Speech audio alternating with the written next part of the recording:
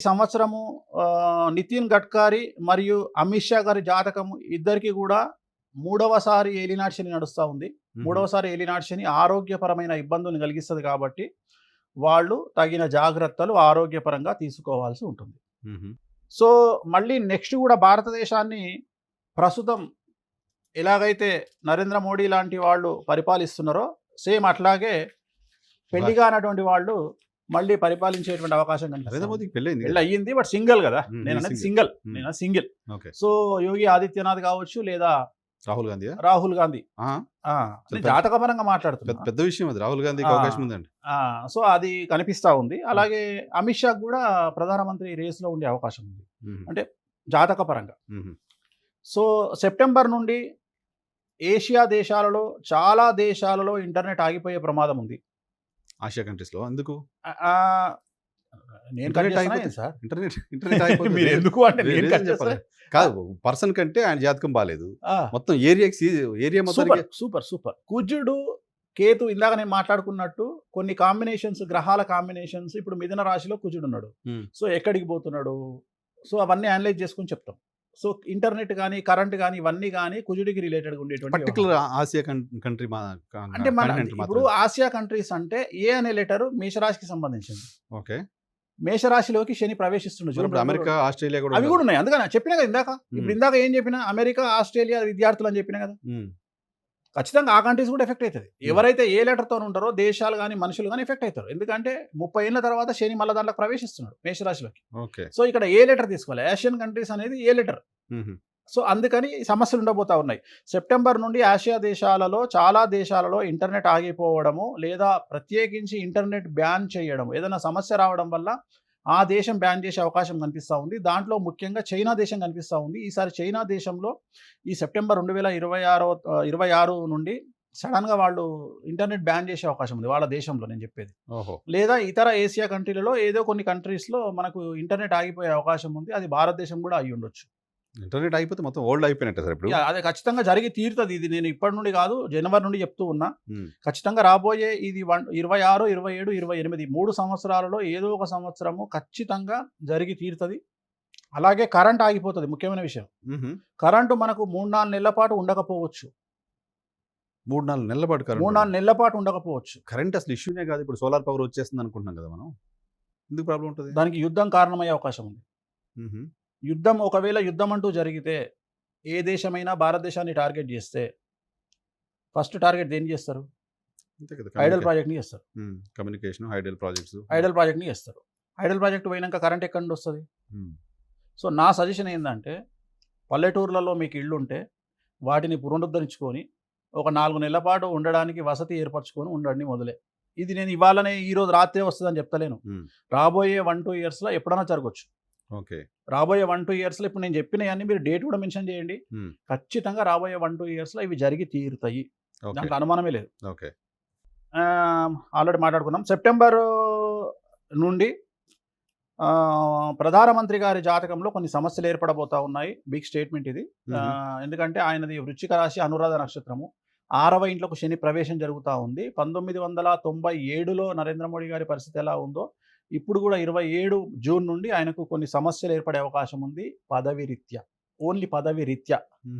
So చాలా జాగ్రత్తగా ఆలోచించి నిర్ణయాలు తీసుకోవాల్సిన పరిస్థితి ఏర్పడతా ఉంది నరేంద్ర మోడీ గారి జాతకంలో. ఓకే, అలాగే హీరో సల్మాన్ ఖాన్కు సంబంధించి ఈ సెప్టెంబర్ తర్వాత చాలా పెద్ద వ్యాధి బారిన పడే అవకాశం ఉంది సల్మాన్ ఖాన్. సో ఆయన ఆరోగ్యపరంగా సమస్యలు ఎదుర్కొనే అవకాశం ఉంది కాబట్టి జాగ్రత్తగా ఉండాలి.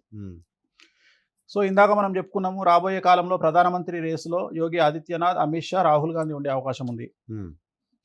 అలాగే ఉత్తరప్రదేశ్ ఎన్నికలు కొద్దిగా ముందుకు జరిగే అవకాశం కనిపిస్తూ ఉంది.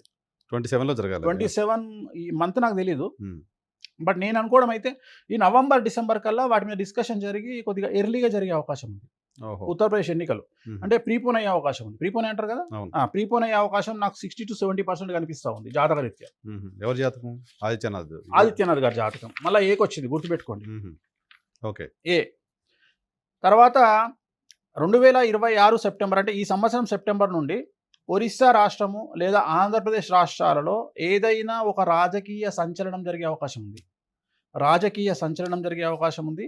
అలాగే రాజకీయంగా కానీ ధార్మిక ప్రదేశాలలో కానీ అంటే భక్తి ప్రదేశాలలో కానీ ఏదో ఒక పెను సంచలనం జరిగే అవకాశం ఉంది. ఇది సెప్టెంబర్ 2026 నుండి డిసెంబర్ 2027 లోపు జరిగే అవకాశం ఉంది. కాబట్టి ఎక్కడైతే ఈ గ్యాదరింగ్ ఉంటుందో అక్కడ జాగ్రత్తలు తీసుకోవాల్సిన పరిస్థితి ఈ కనిపిస్తుంది. 2 చోట్ల. ఈ 2 చోట్ల ఒరిస్సా అండ్ ఆంధ్రప్రదేశ్ ఈ 2 ఓకే. స్టేట్స్. హుహు.